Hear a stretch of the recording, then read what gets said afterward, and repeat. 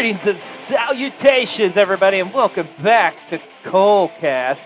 And we are going to finally finish up our discussion here on some of the greatest wrestling pay-per-views of all time. And in this episode, we are going to discuss some New Japan Pro Wrestling, some AEW, and some other pay-per-views. So, let's just get right into it and talk about some New Japan Pro Wrestling. We're going to move on to another company, and let's talk about some New Japan Pro Wrestling.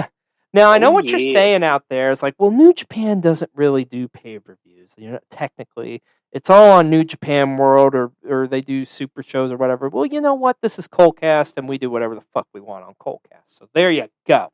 They do pay-per-views, basically. Yeah, big shows, I guess you could call them. I don't know. They're fucking awesome. That's what I know. And of course, their biggest show by far is Wrestle Kingdom. And I feel like we could totally do a podcast to Wrestle Kingdom, but there's just a couple here that are so fucking good. I got to highlight.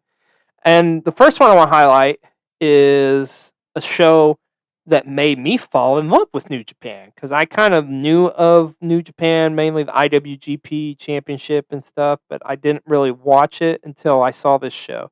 And it was their first pay-per-view actually in North America. So there you go, all the naysayers out there. This was a pay-per-view, so suck it, Trebek. Wrestle Kingdom 9 in the Tokyo Dome. I always love that part. But yeah, Wrestle Kingdom 9. This was a fucking awesome show. I mean, Wrestle Kingdoms always were good, but let's run this show down, man. Of course, they'd always, on the pre-shows, they always start off with a New Japan Rumble, and it was won by the Hall of Famer, Mr. Blue Justice himself, Yuji Nagata.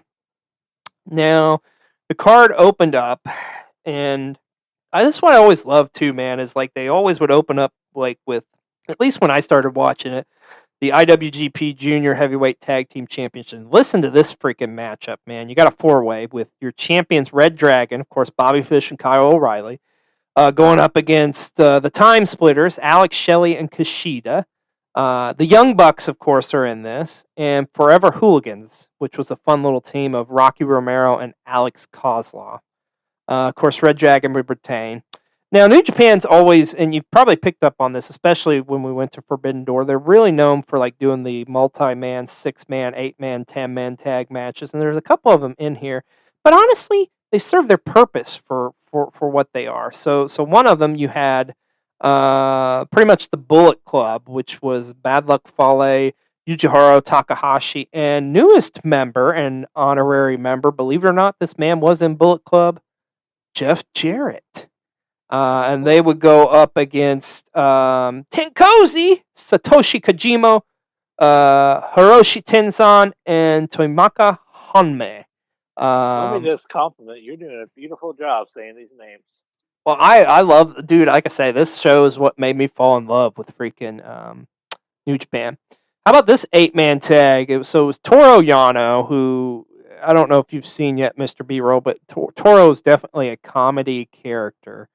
But he actually does have some technical skills, but I mean, he's a full-blown comedy character at this point. But he was teaming up with some imports from Pro Wrestling Noah, probably one of the more popular wrestlers from Noah. I would say the equivalent of Okada in Noah.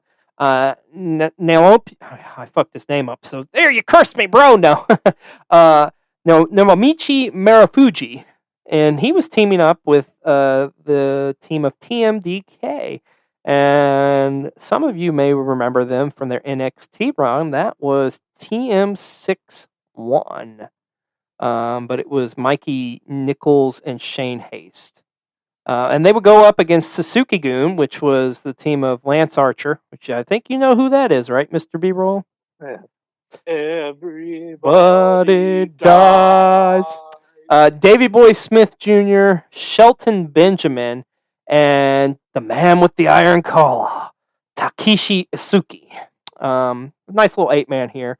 But the rest of the way, this card is a fucking banger, man. this was a dream matchup at the time of just badass motherfuckers. Of course, Angry Grandpa, Murder Grandpa, Minoru Suzuki, who I cannot believe I'm saying this. I've seen Suzuki wrestle twice now in person. Like, that's so fucking awesome. But yeah, Minoru Suzuki going up against Kazushi Sakuraba. And Sakuraba was world famous and known for like tapping out some of the Gracies in the mixed martial arts world. Of course, he was also a pro wrestler as well. But yeah, that was a fun matchup. Dude, you talk about a freaking car crash and hard ash. And this was like my first time seeing this new evolution of New Japan and seeing like this strong style. This matchup was fucking nuts for the never open weight title. Tomohiro Ishii against Togi Makabe. You talk about like two guys just beating the piss out of each other. That's exactly what this match was. Also, for the IWGP Junior Heavyweight Championship, the man, the funky weapon himself, Rasuke Taguchi, defending against somebody you may have heard of. Kenny Omega. You know who Kenny Omega is? Kenny Omega. Would that be the best bout machine?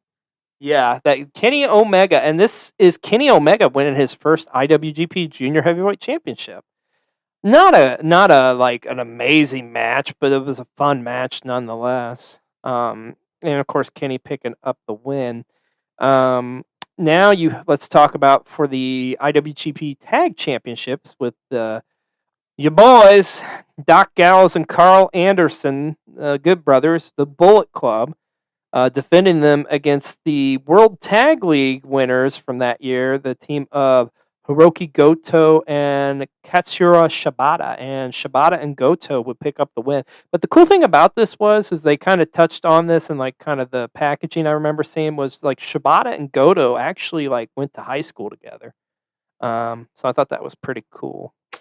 And then how about this one? My favorite New Japan wrestler, Mr. Los Ingobernables, Tetsuya Naito, going one-on-one against the phenomenal AJ Styles. Now, of course, at this point, this is Naito's not doing the Los Ingobernables gimmick. He's kind of still doing his Stardust Genius character. But that was a fun match. But man, oh man, these last two matches, Hachimachi, your IWGP Intercontinental Championship, and this is about people have been begging to see. Shinsuke Nakamura defending against Kota Ibushi.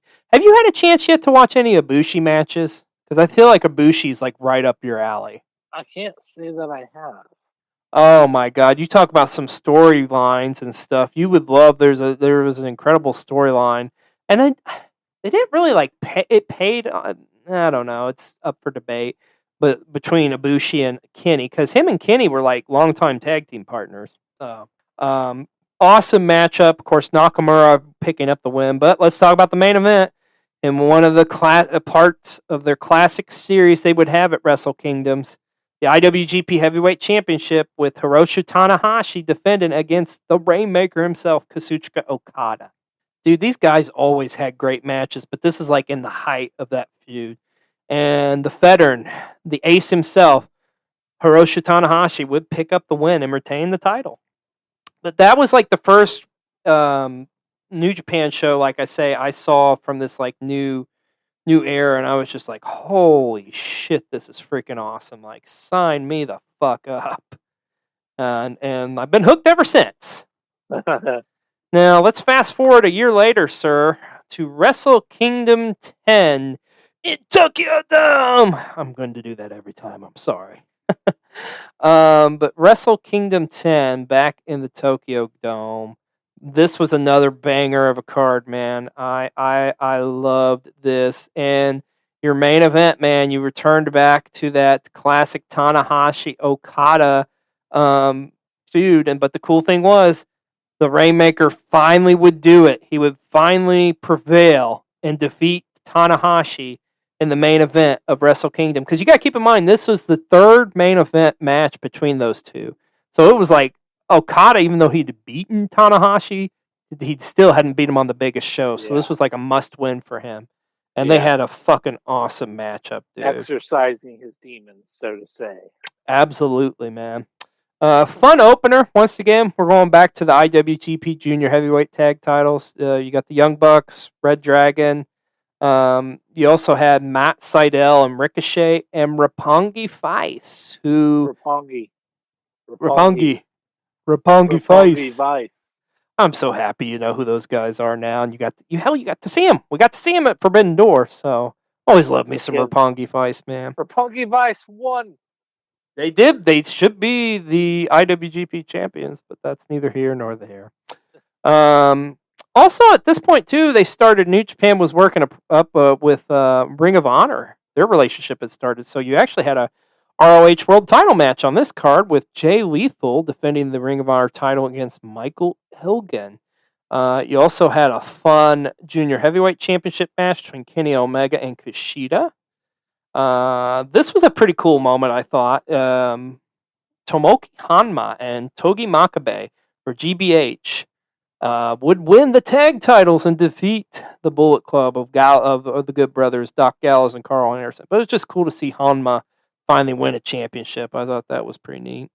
This was a fun singles matchup. Let's talk Hiroki Goto going up against Tetsuya Naito. And this was like the Los Ingobernables version of Naito, and that had kind of just started for him. So, fun matchup. I didn't agree with the end result. Nothing against Goto winning, but it was just like, come on, man. Naito was the future. But this, you talk about a freaking battle of like just the two baddest sons of bitches you could possibly get in New Japan. And there's a lot of them here, but for the Never Openweight Championship, Tomohiro Ishii against Katsura Shibata. Holy shit, these guys just beat the fuck out of each other. Like, if you thought Makabe and Ishii was something, good God. And, of course, we mentioned the main event, but in many people's minds, this was the match everybody wanted to see because this was the first time ever they met. And ironically enough, a couple years later, this would be a main event match at WrestleMania. Shinsuke Nakamura against AJ Styles for the IWGP Intercontinental Championship. And, man, this was, oh my God, everybody had built the shit out of this, and like, because it was just like, oh my, you knew it was going to be incredible. It was a damn good match, but I think we all built it up in our heads so damn much that it wasn't like, it was still fucking awesome, and I think a 5-star match, but it was just, I don't know, it felt like it was going to be like a 20-star match, and our heads were going to explode once they locked up. That's like how big of the build-up was.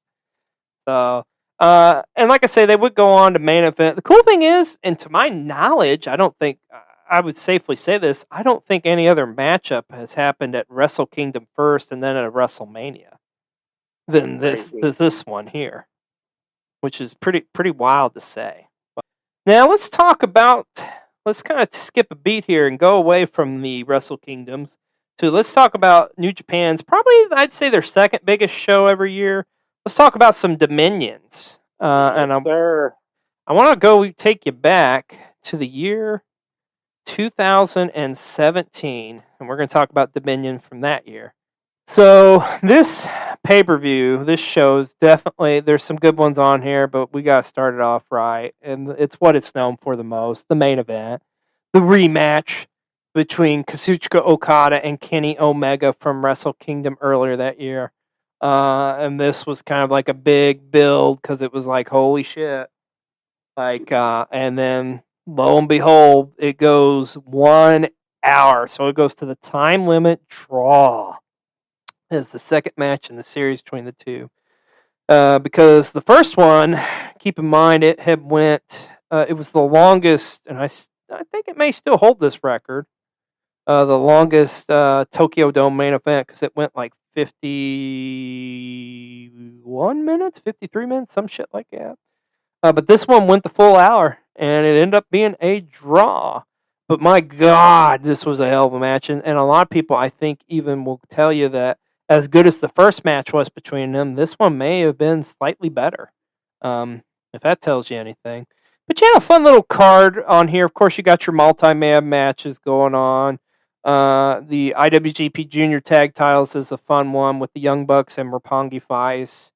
The IWGP Tag Titles on the line with Guerrillas of Destiny against War Machine, which, I don't know what they're calling her now, the Viking Warriors or something. Oh, in yeah. WWE. I wish they could get the fuck out of there, and I'd love to see them back on the Indies again or back in Ring of Honor or something. But Cody against Michael Elgin was on this card because keep in mind Cody was wrestling for New Japan at this point. This was a fun one for the Junior Heavyweight Championship. Hiromi Takahashi against Kishida because everybody loves Hiromi.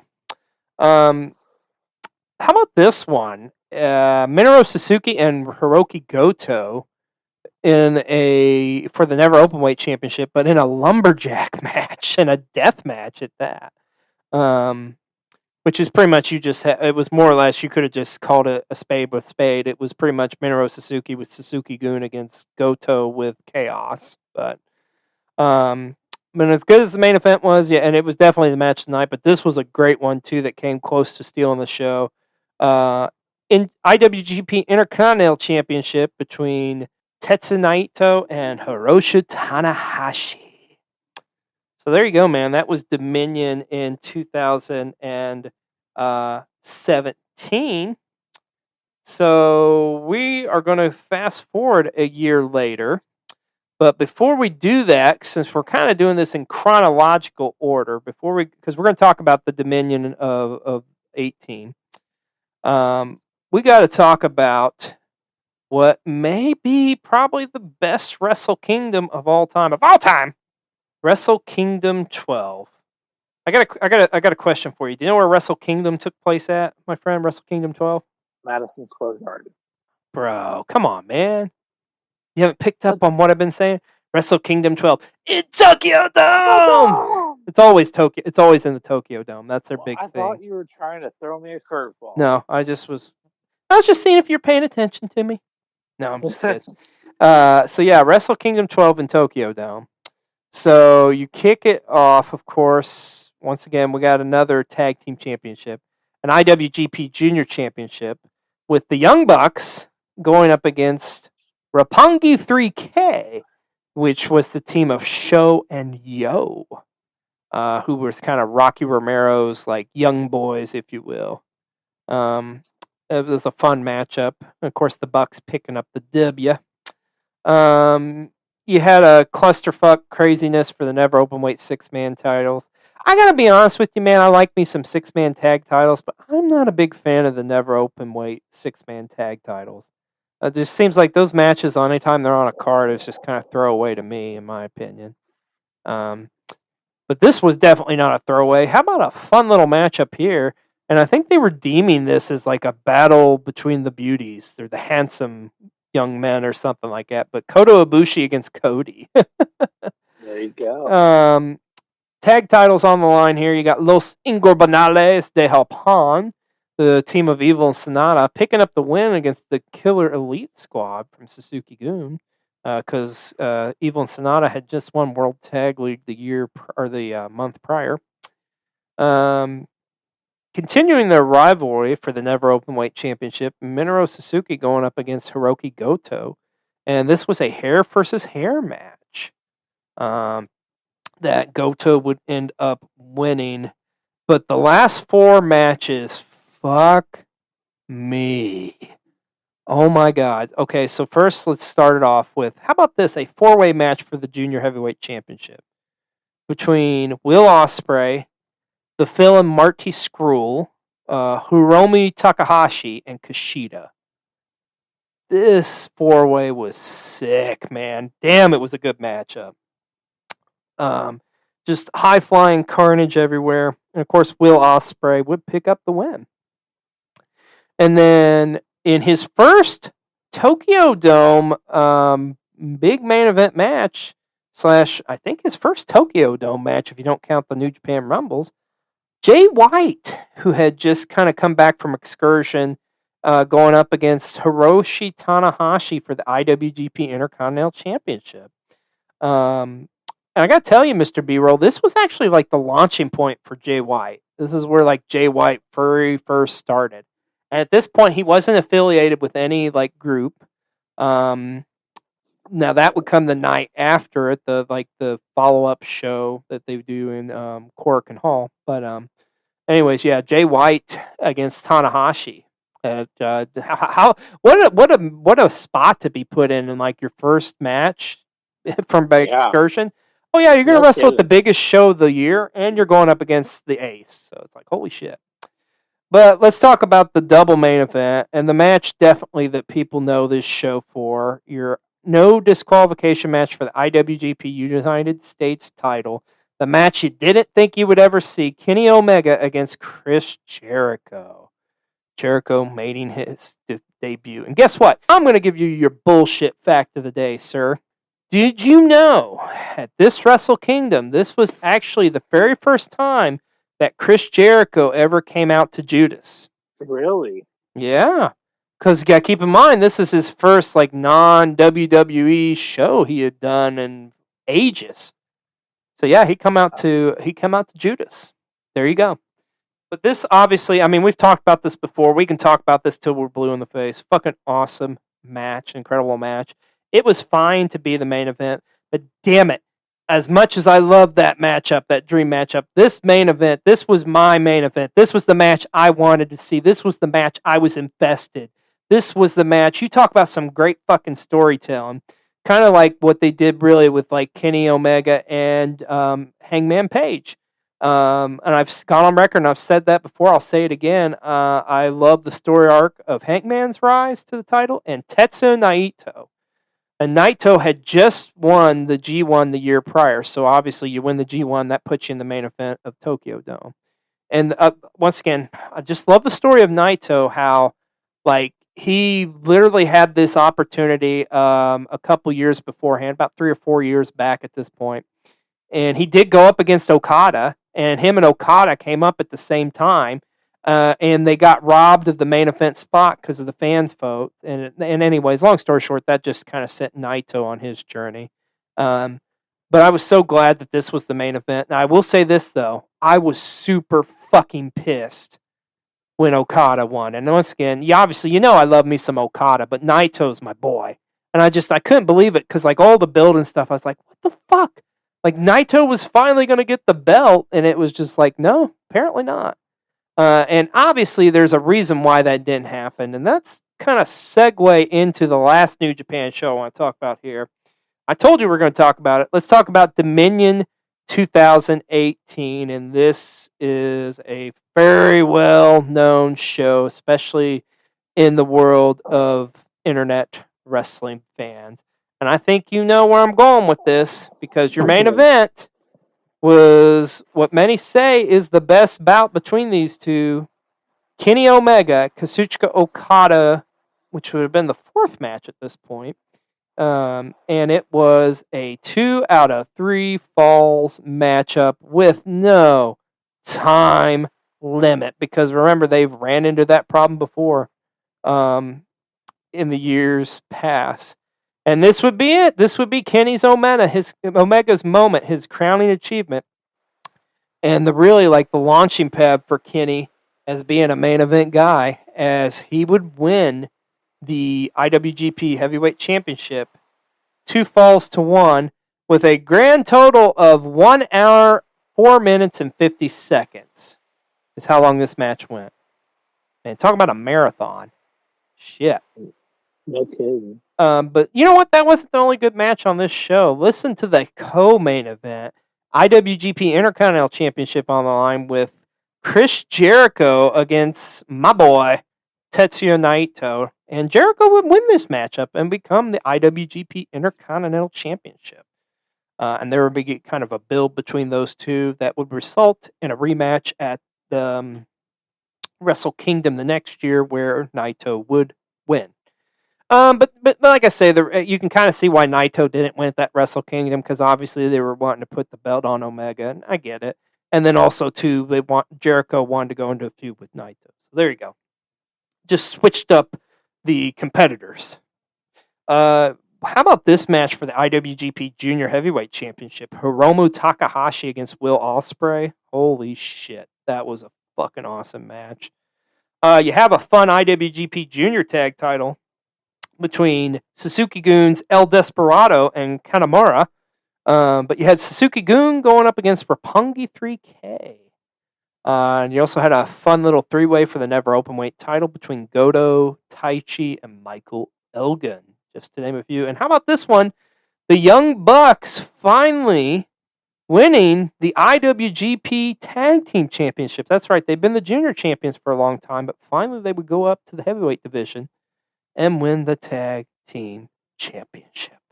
And I got to talk about this. This was like a fun dream match, 6-man tag, okay? Listen to this one. So on one side, you got Bullet Club, Cody, Hangman, and Marty Scurll. But listen to this dream team they're going up against. Hiroshi Tanahashi, Jushin Thunder Liger, and are you ready for this? Rey Mysterio Jr. How about that team? Rey Mysterio and Jushin Thunder Liger, arguably the two greatest cruiserweight light heavyweights to ever be in the game, man. And here they are going teaming up. I mean, what a 6-man that was. New Japan, I love ya. You got some great shows. And let's move on from some New Japan Pro Wrestling to talk about some other pay-per-views in the world of pro wrestling. Now, I know what you're thinking. Okay, we've covered a lot of major companies, but XLJ, what the hell about Ring of Honor? Well, it's a very good question. No kidding.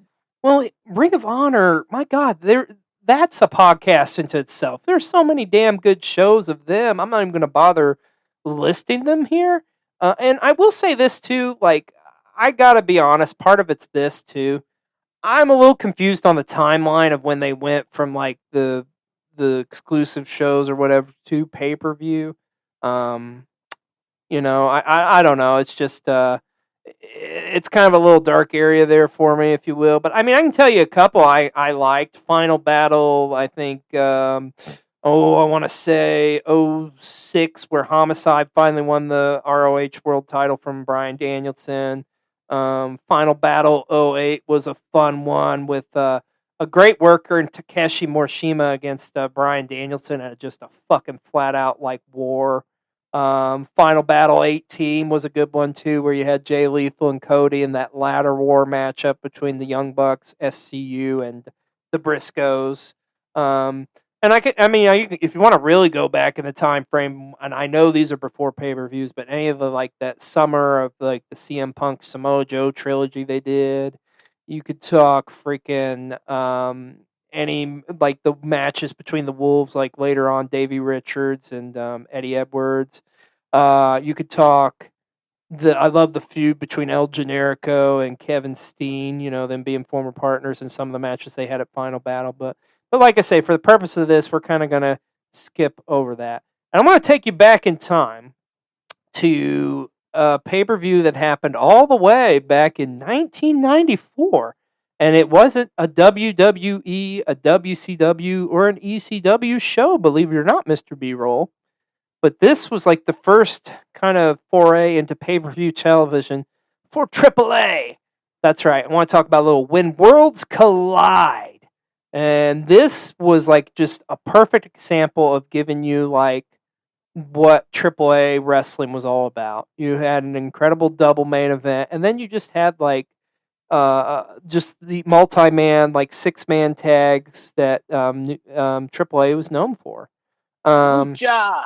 And yeah, Lucha. And you had the minis, you know, to kick it off too, with Mascarade Sagrada and Octagon Cito against Espectacle and Jericho Estrada. And don't try to ask me to say that again. Of course, you got to kick off with the minis. And then you had some classic, like the heels against the baby faces, you know. A fun little 6-man here with the Hall of Fame wrestler Fereza Guerrero, who was actually Juventud Guerrero's father, teaming up with Psychosis and the man known as Madonna's boyfriend. Now, to my old school ECW wrestling fans out there, you guys are going to remember him as the late, great Louis Spicolli. And I just love that his gimmick was known as Madonna's boyfriend. But going up against Heavy Metal, the Latin Lover, and of course Rey Mysterio Jr. This was a fun other 6-man tag. The Pegasus Kid, who was Chris Benoit, teaming up with Too Cold Scorpio and Tito Santana, going up against Jerry Estrada, La Parca, and Blue Panther. But definitely the double main event's what made this fucking show, and this tag match was by far the best match of the night. You had the super over baby faces against the super over heels. And this was just this. If you asked me to show you a match to define Lucha Libre, this is the match I'd show you. You had the babyface team of Octagon and El Hijo del Santo teaming up to take on the much hated team La Para del Terra, which was the team of the late great Art Bar and Eddie Guerrero. Holy shit, this match is fucking awesome. A 2 out of 3 falls with the mask versus hair, which was a common theme in Lucha Libre. Those two things being on the line. And here's the thing, a crazy thing about Lucha Libre B-roll, if you want to do a deep dive on Lucha Libre, like those matches were usually typically bigger than any title match you would have. Like anytime the mask is like the most important thing in Lucha Libre. Like it is everything. And of course the hair was very important too. And of course the Rudos teams, which is the heels, which would be obviously Eddie and Art Bar, would lose this match and thus lose their hair. But man, if anybody wants to watch a match to define Lucha Libre, there you go. But oh yeah, we got a main event too. And this one was a great one, as it was kind of the student going up against the teacher, if you will. And you had Conan, who was a babyface there for a while, and then he turned on his mentor, Para Aguaya, in a steel cage match. And this is a bloodbath of a fucking match, man. And I'll say this too, this cage is fucking huge. Like, the WWE, they'd say a 15-foot high steel cage or whatever. This motherfucker looked like it was about like 20 to 30 feet high. It was just insane. But just a bloodbath of a feud of a match.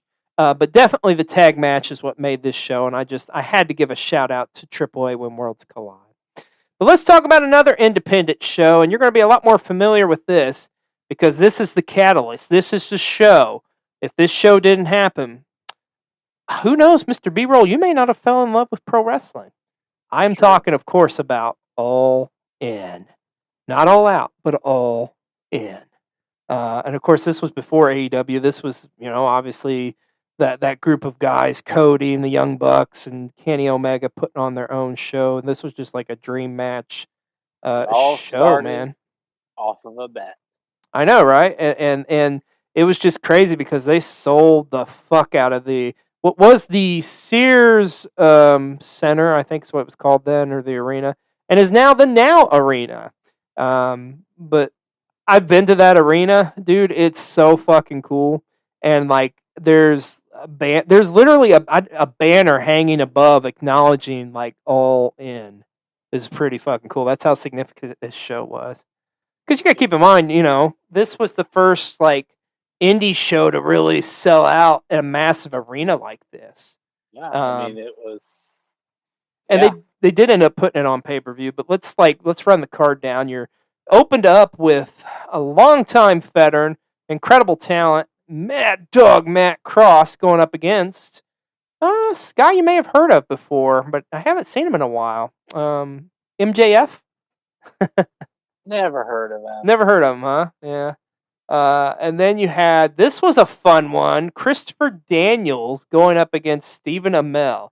That's right. Don't change the channel there, but we are talking about Arrow Stephen Amell. And of course, now he's the star of that popular show on Starz, Heels, which I gotta be honest, I gotta plead the fifth. I need to check that show out. Me too.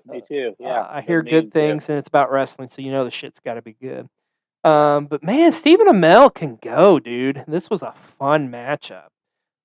Man, how about this 4-corner knockouts? Or see, now I got TNA still on the brain. A 4-corner survival match between these ladies. Dr. Britt Baker, DMD, against Chelsea Green, Madison Rayne, and Tessa Blanchard. Fucking awesome 4-way match. And of course, Tessa picking up the win. And then the big one for the NWA World Heavyweight Championship, Nick Aldis defending against Cody, and Cody finally getting that moment and winning the NWA Championship in a sold-out Chicago crowd. And I thought this was going to be like the main event of the show, but that's the great thing too about this card is it was just like it was just the whole card was fucking awesome. It wasn't like, this is definitely the main event or this is definitely the main event. It was just a good card overall. And then how about your boy, Hangman Adam Page, going up against Joey Janela in a Chicago street fight. And this was kind of for a lot of people, and I'm going to plead the fifth here, my first introduction really into Joey Janela. And this was just a car crash, crazy-ass match. But the highlight of this was definitely after the match. Where and another cool thing about this show, Mr. B-Roll, is there was a lot of build-up off of BTE, so a lot of storylines kind of paid off. And there was a famous storyline from the past of BTE between Hangman and Joey Ryan. And, of course, Joey Ryan, that's somebody we're not going to touch with the 10-foot pole with all the controversy with him. But I will say this. I loved at the end of the show, because on BTE, Hangman had supposedly killed Joey Ryan. And he killed him because of Joey Ryan supposedly had a bigger dick than him. But I love... Neither here nor there, though. Yes, neither here nor there. But I love how they it goes black in the arena. It comes back on. They're kind of playing that Undertaker somber type music. And lo and behold, who comes out? I think they said druids of penises. That's right. So like literally 6 guys came out in penis costumes. There you go. And Joey Ryan would make his triumphant return. Anyways, how about this one for your Ring of Honor World title? Jay Lethal, who was full on in Macho Man Black Machismo mode, going up against Flip Gordon. This is just a fun match too. I love that because Brandy was in Flip Gordon's corner because the build up on All In was like, no, fuck you, Flip Gordon. We're not going to let you in on our show. And lo and behold, he would be dressed as a luchador in the opening battle royal and would earn a shot at the ROH title. So, and I love too how Brandy was kind of managing Flip Gordon at the time. But it's really funny in this match because you have where Jay Lethal's in full-blown Macho Man mode, and he's like treating Brandy like she's Elizabeth or something, Just funny shit. It's good shit. But let's talk about the last 3 matches. Really, your kind of triple main event. First time between these guys ever meeting one-on-one, you got to keep in mind. And they've met several times before since then, but this was an incredible matchup. Kenny Omega going up against Penta El Zero. And, of course, at the end of this one, this is a fun little fact for you. Lights go out, lights come back on. Penta's in the ring, and then he's attacking Jericho. I just ruined it. Penta's in the ring. He attacks Kenny, and he takes the mask off, and it's Chris Jericho. And it's like, oh, my God, what the hell? And the cool thing about this was, Mr. B-Roll, Jericho had actually done a concert earlier that night. I think it was in Milwaukee or something. I know this story. Yeah, because he flew on Tony Khan's private jet to get to the show. Yeah. Yep. Fun stuff. And then an interesting one, Kosuchiko Okada against Marty Squirrel. And the build-up for this one really was like Okada, of course, wrestling in North America because we all love us some Okada. And like Marty Squirrel saying he could go up and wrestle in heavyweights. Now, I think the thing that kind of in hindsight that gets looked down upon on this match, it was a great match, but the fact that they went way over their allotted time and it really ate up a lot of time of what was supposed to be the main event. Because listen to this main event, a Dream Trios matchup. You got the duo of the Golden Elite, which was Kota Ibushi, and the Young Bucks teaming up against Bandito, Rey Fenix, and Rey Mysterio Jr. But of course, that they had, I think they had to scrap about 5 to 10 minutes of that match because, keep in mind too, this show was actually on pay-per-view. So yeah, but that was the first All In, but that was the catalyst. That's what began it. And let's just get right into it, Mr. B-Roll. We got to talk finally here about some of the best, even though it's kind of been a short time frame, but some of the best AEW pay-per-views of all time. And I feel Yes, sir. I feel reminiscent. I feel like it would be inappropriate if we didn't talk about the first AEW pay-per-view, Double or Nothing 2019. And kind of some build up from all in to this show, really, because the main event was Chris Jericho and Kenny Omega in the return match from that Wrestle Kingdom bout we talked about earlier. And the whole point of this was going to be the winner of this match would go on to the next big AEW show, All Out, to wrestle for the inaugural AEW championship. And of course, the big moment of this night, of this match, was the finish. Of course, Jericho picks up the win, but shocking the MGM crowd who showed up, but the free agent at the time himself, Jon Moxley, making his AEW debut, and you're just like, holy shit. Main event's awesome. Ladder match. Or no, I'm sorry, that was it all of them. How about the Dream Tag Team matchup here for the AAA World Tag titles with the Lucha Brothers going up against the Young Bucks? Man, that was a doozy.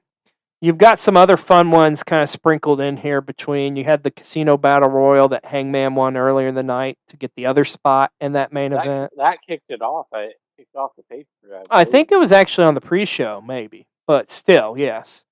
And then you had a fun 6-man with SCU going up against I forget the name of the promotion, but it was the Strong Hearts, led by Sema, who's a popular Japanese wrestler. But we got to talk about the match that everybody talks about the most on this show by far.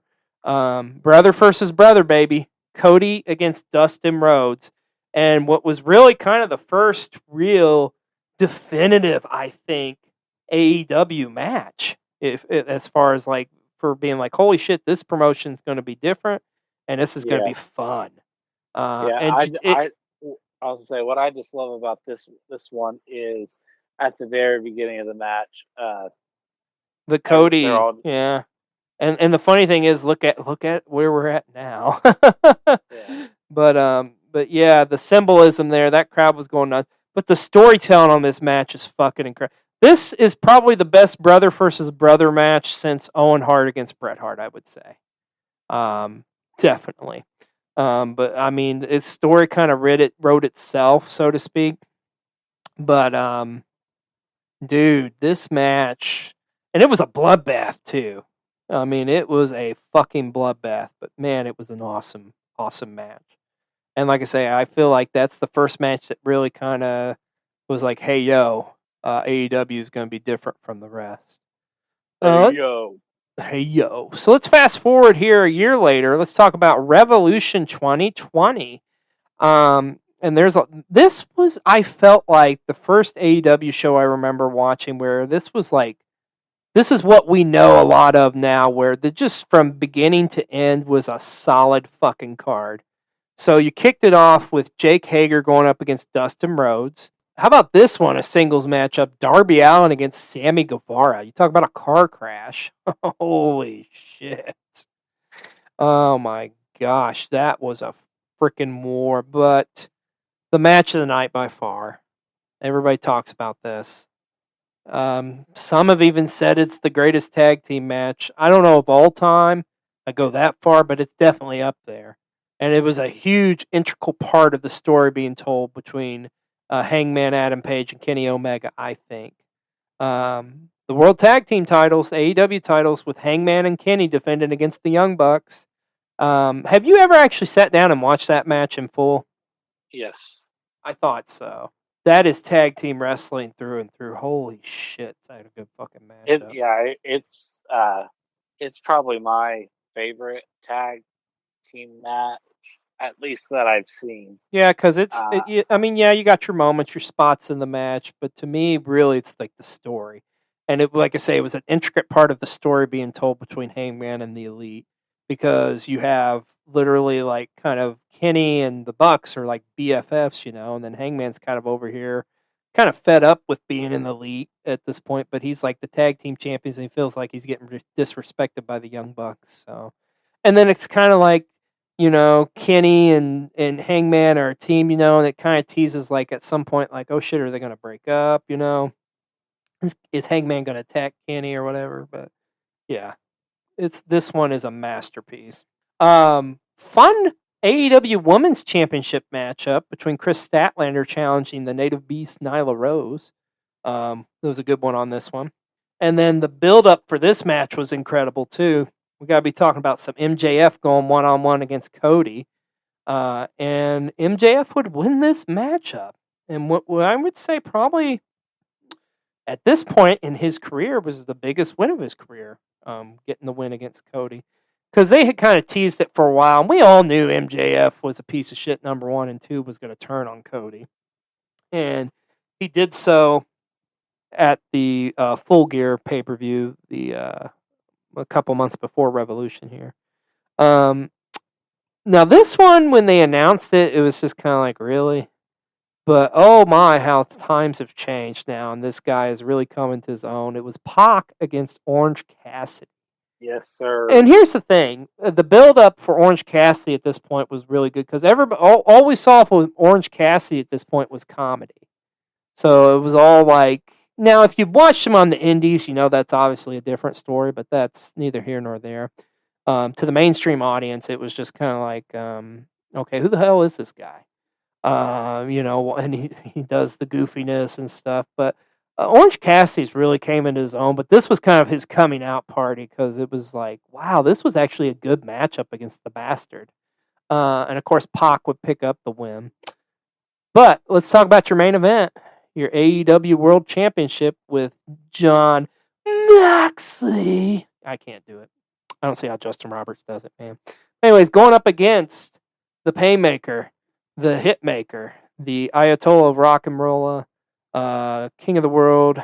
I forget how many other tag nicknames he'd had at this point. La Champion, Chris Jericho, and Jon Moxley for the AEW World title. And this was a big one, too, because this was Moxley winning the world title. And I just had something, like, hit me. And I don't know why I didn't realize this till now. You realize Jon Moxley has won the AEW titles both in Chicago on both occasions? Yeah. How crazy is that? Because Revolution took place in Chicago, too. Who knows? Maybe he'll lose the title in Chicago. What? We're looking ahead to the future, but I like it. Speaking of the future, let's look ahead here at a couple more of some AEW pay-per-views we want to highlight here before we close up shop. We got to talk about, this is my guilty pleasure, because I was fucking there, baby. All Out 2021, man.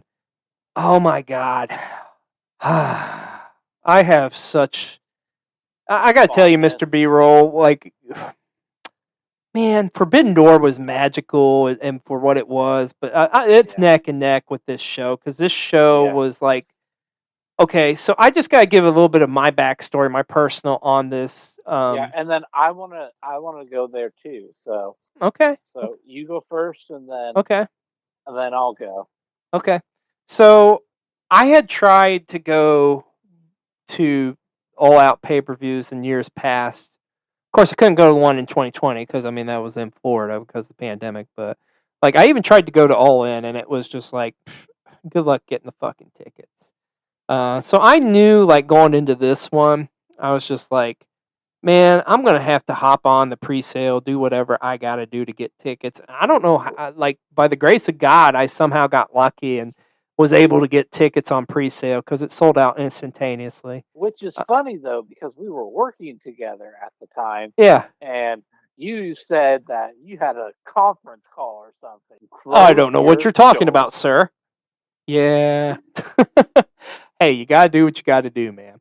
But I was so happy and ecstatic I got these tickets. Now, I want to say this. When I was going into it, of course I wanted it because it was All Out. It was in Chicago. I wanted to be a part of that. And I had no idea what the matches were going to be, other than at the time I thought we were going to get Kenny Omega and Hangman, that was going to finally pay off. but I had no idea what the fuck would be coming. And I could not believe I somehow lucked into, oh yeah, guess what? CM Punk's coming back and he's going to wrestle Darby Allin. It's like, holy shit, what? Yep. And of course, if everybody had known that going into the pay-per-view, you know, it would have been a different different story, you know. I mean, it was coveted, obviously, but it would have been even more coveted. But yeah, dude, everybody was amped for Punk. But yeah, the Punk Darby Allin match, holy shit. This was just a loaded show though, man. From top to bottom. And once again, this is another one of those where it's like, yeah, you're just mind was blown. Believe it or not, dude, I'm gonna give you a little tidbit. At the time it was supposed to happen, we were going to see on this card, as loaded as it is, we were also going to get Jon Moxley against, Hiroshi Tanahashi was actually originally going to be on this card. Really? The freaking main event of Forbidden Door of what we saw was going to be like on the undercard of this show. How fucking crazy is that? That is crazy. But yeah, dude, that I can attest to. That crowd was hot, like all weekend. Like, I think I've said this before. If I haven't, like, I'll go on record as saying this. Like, I have periods of time where, like, I fall back in love with wrestling, and All Out 2021 was definitely, that weekend was like, oh, I'm back in, like, balls deep in wrestling again. But yeah, let me run this card down real quick. Pre-show was a fun one because you had the Best Friends teaming up with Jurassic Express going against the Hardy Family Office. But the pay-per-view kicks off. Everybody was super into this matchup because, like, at Rampage, like the Friday before, Eddie Kingston had talked about redeem these nuts. But TNT title between Miro and Eddie Kingston, perfect way to start the show.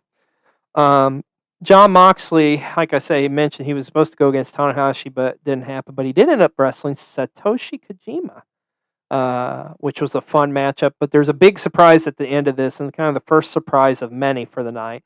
Minoru Suzuki showed up at the end. And it was just like, holy shit, Suzuki's here. And what I loved about this is that, you know, like right before the main event, they were talking about Dynamite, and the next Dynamite was going to be in Cincinnati, John's hometown. And yours truly was going to that show too. But ended up, they announced Jon Moxley was going up against Minoru Suzuki. I was like, fucking yes, this just keeps getting better and better. But anyways, AEW Women's Championship, Britt Baker going up against Chris Statlander. Fun matchup. Match of the night by far, though. And there's a lot of good ones, but the AEW World Tag Titles in a steel cage between Lucha Brothers against the Young Bucks. Dude, I can tell you, like, we were all on our feet that whole fucking match. And, like, the Lucha Brothers entrance, holy shit. Like, people were going ballistic when they came out. But that was incredible. The Casino Women's Battle Royal was fun, of course, with the next surprise of the night being Ruby Soho showing up and winning the match. A match that I don't think gets enough love on this show. Chris Jericho and MJF. And they had told an incredible story like all that year, really. Yeah. And it was so the stip for this was if Jericho lost, he would have to retire. And I can tell you this, my friend, there was a giant gasp in that arena because MJF had technically won the match. Now, they ended up reversing the decision because MJF had cheated. But, yeah, it was a pretty crazy moment there for a second. And I got to be honest with you, too. I had a feeling in my gut that somehow this was going to be Jericho's last match. I just figured like he'd done pretty much everything he could do, but boy, how foolish and naive I was, because look how he's just evolved his character all the more. But it's Chris freaking Jericho, the GOAT. And as I mentioned, the Wizard. And as I mentioned before, the return of CM Punk going up against Darby Allin. This was a fun matchup. I mean, everybody was stupidly into Punk, and of course, rightfully so. I was right there with him. I mean, I couldn't believe it. It was like, wow. It was kind of a moment in time, man, where like I've been, like I've said before, I've watched this stuff for over 30 years now, and I knew what I was about to witness in person and see in person. It's just one of those moments in time in the history of pro wrestling that you talk about for years and years and years to come. So it was super cool. being there. Now, after that, I want to talk about this is probably the match, the greatest, I'm going to go ahead and say it, the greatest AEW match of all time. QT Marshall and Paul White. I knew exactly when they announced this match for the pay-per-view. I knew exactly where it was going, and in this spot to calm the crowd down made perfect sense. This was a go take a piss, take a breath, get some popcorn match. Not a whole lot to it, and that's no disrespect to Paul White or QT Marshall, but it served its purpose.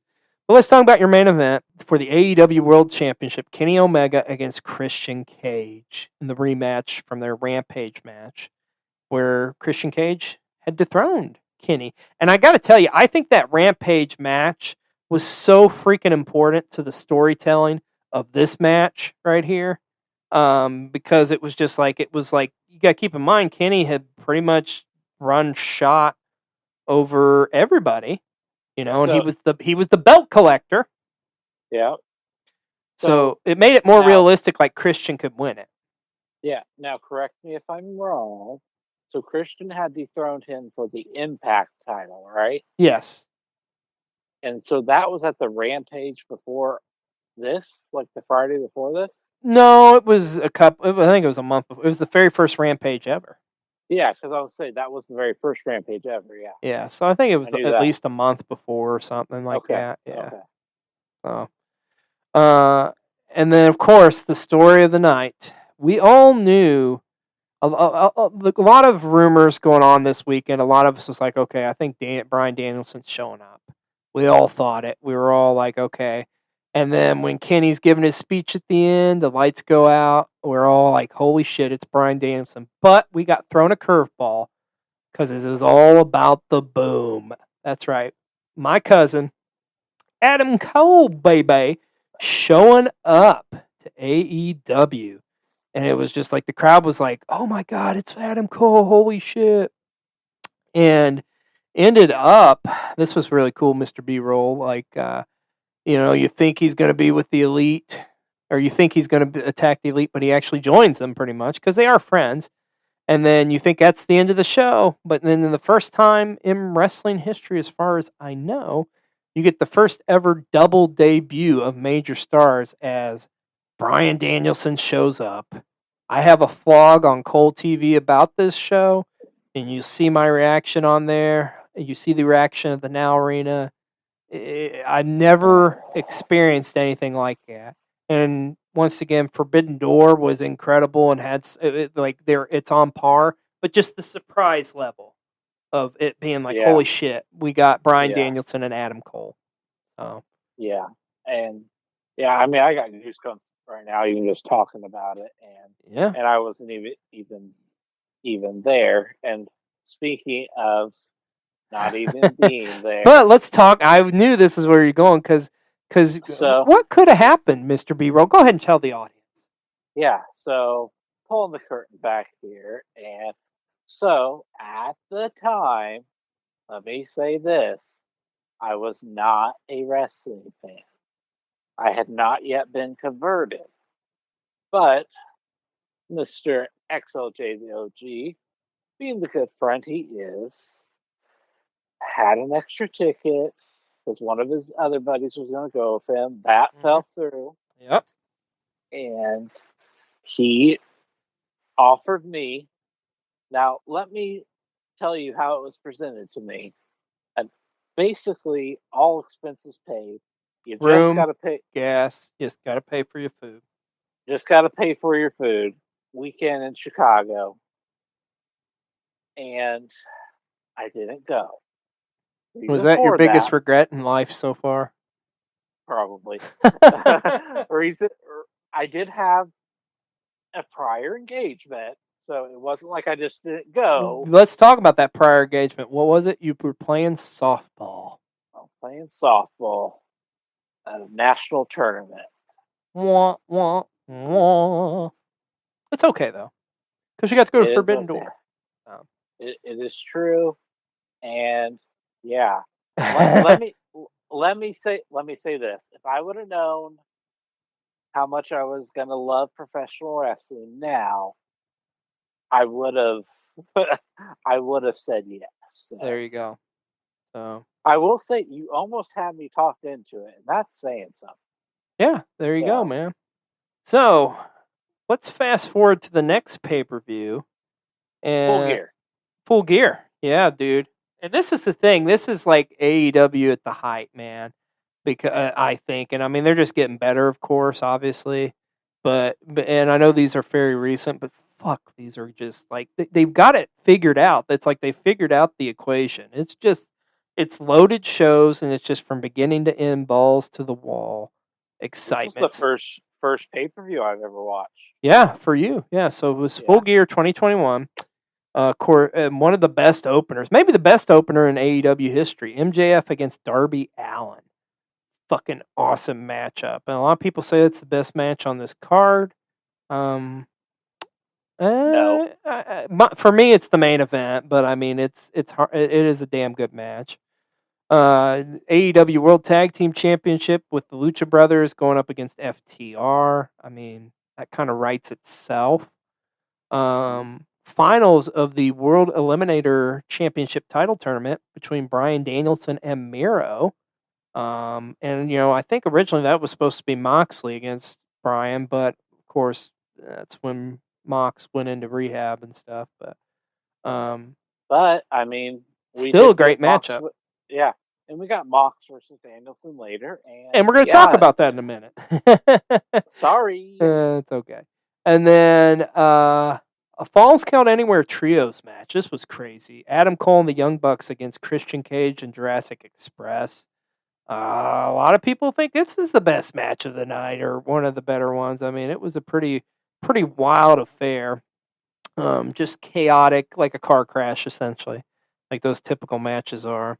Cody Rhodes and Pac teaming up in an oddball team against Malachi Black and Andrade El Idolo. This was kind of a weird match to me, but it was still a good tag team match. I mean, it served its purpose. It was just kind of like unexpected. I thought, well, that's kind of weird they're doing that. AEW Women's World Title match, and this was a good one. Ty Conti getting a shot and challenging the good doctor, Britt Baker. And of course, Britt Baker would retain here, but Ty Conti had a hell of a showing in this match. Came very close to winning, too, it seemed like. But it was a good, fun matchup. And then we got to talk about CM Punk going up against Eddie Kingston. God, man. The great feud, great build-up. I loved it. The promo work between those guys was incredible. And you talk about a car crash. Let's talk about the Minneapolis street fight between the Inner Circle going up against American Top Team, which was pretty much Junior Dos Santos, Andrei Arlovsky, the fighters, along with Dan Lambert, and of course with the Men of the Year, Scorpio Sky and Ethan Page. It's a fun little match. It's not like a classic, and it's not nearly as good later on as like Anarchy in the Arena would be, but still a pretty good, like crazy clusterfuck multi-man match, I'd say. One thing I did like about this, because this event took place at the Target Center, there was a lot of Minneapolis references in this matchup. Yeah. And then, I mean, talking about the elephant in the room, said this was my first pay-per-view, and it was all because my good friend here, who took me to AEW Dynamite, the Go Home Dynamite show. Right before this was in Indianapolis, yeah. Yeah. So, You're welcome. I can remember so vividly, Inner Circle coming out, Dan Lambert, American Top Team, and then a year attacking them. Like the whole place going nuts and booing them, and like that. I mean, that was the night I fell in love with professional wrestling. And then how about this main event? The match we have been waiting for. The anticipation. Kenny Omega defending against AEW World Title against Hangman Adam Page. The story that you had gotten me so invested in. Yeah, and just the build up to this was great. This is a great fucking match. And there's a lot of people, they highlight the MJF Darby match or that trio street fight. To me, this is the match. This is a match I will go back, and I've probably rewatched at least a dozen times. the thing that sticks out the most about this match is not only the build, of course, and the psychology throughout the match, but it's the fucking finish of this match is just so poetic. Because it gets down to where it's like, okay, Hangman's going to hit the buckshot, and then on one side of the ring you got Matt Jackson from the Young Bucks, and on the other side of the ring you got Nick, and he hits the buckshot once on the one side of the ring, kind of getting the okay from the Bucks, and I just love the last buckshot he hits, and he's looking at Matt, and like Matt literally has tears in his eyes, and it's just like okay, and he hits it, and of course Hangman wins the world title, finally. A storyline that had paid off over the past 3 years, essentially. I mean, I will admit, when I go back and watch that now, and when that moment happens, I get tears in my eyes. Yeah. I'm man enough to admit that. Yeah, it's just a great fucking story, dude. Like, one of the best stories I've seen in the past 10, 15 years in wrestling. A lot of AEW's had a lot of good stories told, but to me, that's the match. That's the story. That's the best one they've done so far. Ultimate payoff. Yeah. I mean, and now we're going to go very recent. And the last one we're going to talk about here, the beginning of the year here, we saw Revolution 2022. Man, and this is again just like God, we got spoiled, and it was just like nonstop, balls to the wall action. Gosh. And why does it already feel like it was so long ago? Isn't that crazy? But this was like what, February or March, I think. March. Yeah. How crazy is that? Yeah. But once again, I just love the beginning, the middle, the end of this card, man. Great stories being told on it too. What a way to open it! Eddie Kingston and Chris Jericho. And the crazy thing is, Eddie Kingston picking up the win against Jericho by submission, and thus it started this year-long feud. And we're getting ready to year-long feud, pretty much. Because I mean, we're still going into this, and we're getting ready to have. Of course, at the time you hear this podcast, it may not have happened, but let's put it this way: at the time of the recording of this podcast, getting ready to come up on the Eddie Kingston against the Paymaker in a barbed wire match. So that's going to be fun. But a great opener here. How about this one for the AEW World Tag Team titles? A Jurassic Express against Red Dragon against the Young Bucks. Awesome three-way tag match. A little surprise from this one too, with Jurassic Express picking up the win against those experienced teams. But I think that was a really good matchup, and especially helped out their reign as the tag champions. You know what I mean? Yeah. Face of the Revolution ladder match. This was a crazy car wash. This was a crazy car crash of a match, as they always are. But how about it? Christian Cage, Keith Lee, Orange Cassidy, Powerhouse Hobbs, Ricky Starks. And it was the coming out party of Wardlow. And Wardlow, of course, would win this match and get a TNT title match. All right, Jeremy. Okay. Let's let him in on a secret. What is my obsession with Wardlow whenever they have, like, so you know how, like, the pay-per-views, they have, like, the ramp and it's a screen? What do I always want Wardlow to do? Powerbomb somebody through it? Yeah. I always want him to, like, power somebody so hard in the ramp screen that it breaks it. There you go. So, yeah. Tony Khan, if you're listening, to Colecast, because we all know it's your absolute favorite podcast. Pay us. And if it's good enough for Tony Khan, you should like it too. But yeah, that's besides the point. So yeah, let's make this happen. There you go.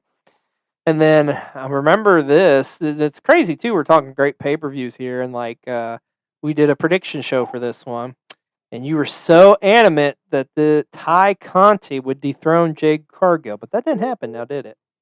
No, it's just I would not say I hate Jade Cargill, but I do root for her to lose. There you go. It ain't happened yet, and it's probably not happening anytime soon. But I said I don't hate her. I actually do like her, but I also like rooting for her to lose. I know it makes no logical sense, but No, it does. I get it because she's that type of character. But you know what? The best advice I can give to you on that is you need to cut the shit. thank you, sir. You're Thank welcome. Definitely the biggest match of the night as far as like the feud and the payoff, or was it? Bum bum bum. No, payoff at the time anyway. The dog collar match, CM Punk and MJF. Holy shit!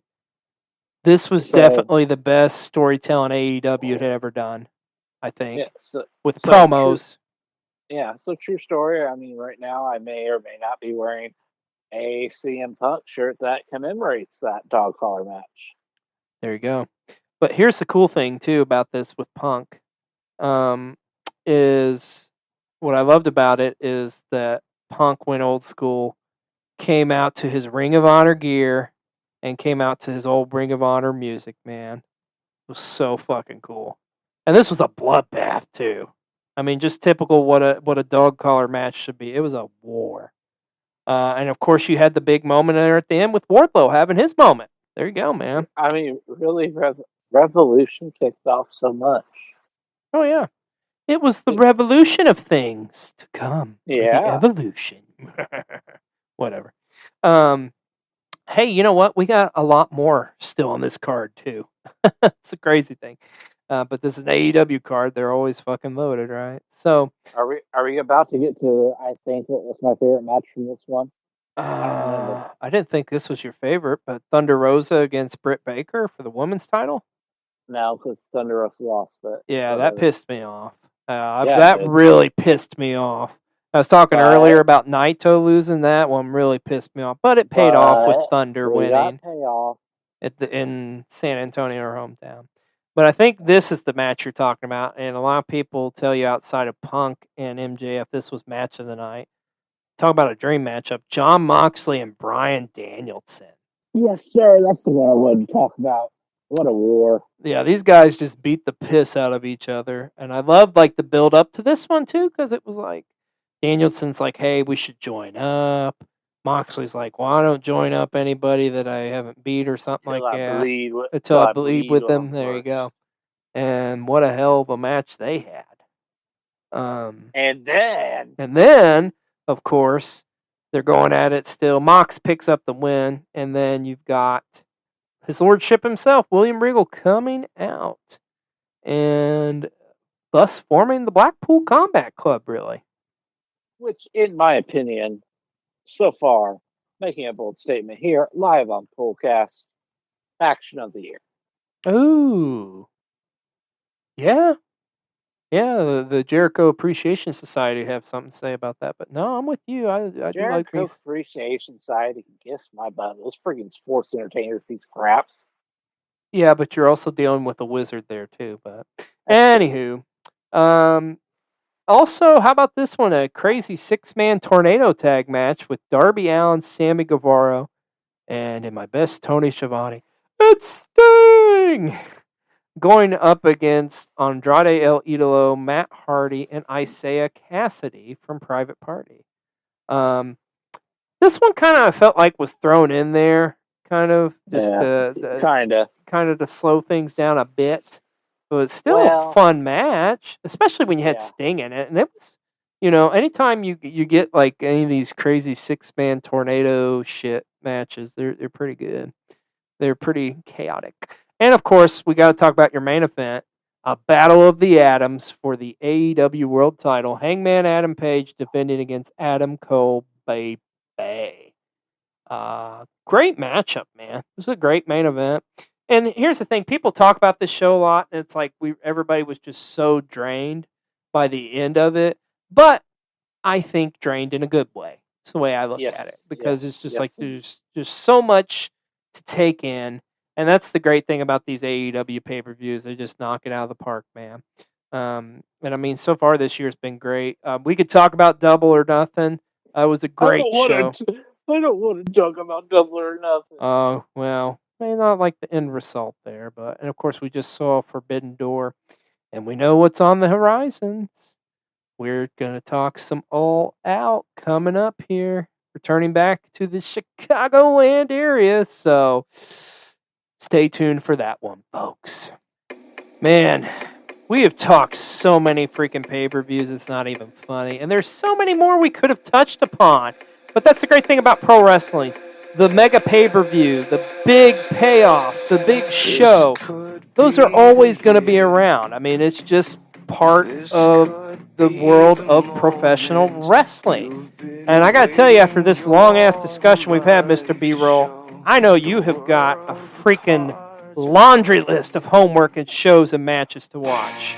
Yeah, no freaking kidding. I don't know whether to be happy with you or mad at you right now. Hey, you got a lot of catching up to do, my friend. Well, that's going to wrap it up, finally, on our discussion here about some of the greatest professional wrestling pay-per-views of all time. I'm XLJ the OG. And I'm Mr. B-Roll. And we'll see you again on another episode of CoCast. Take care, everybody. Later.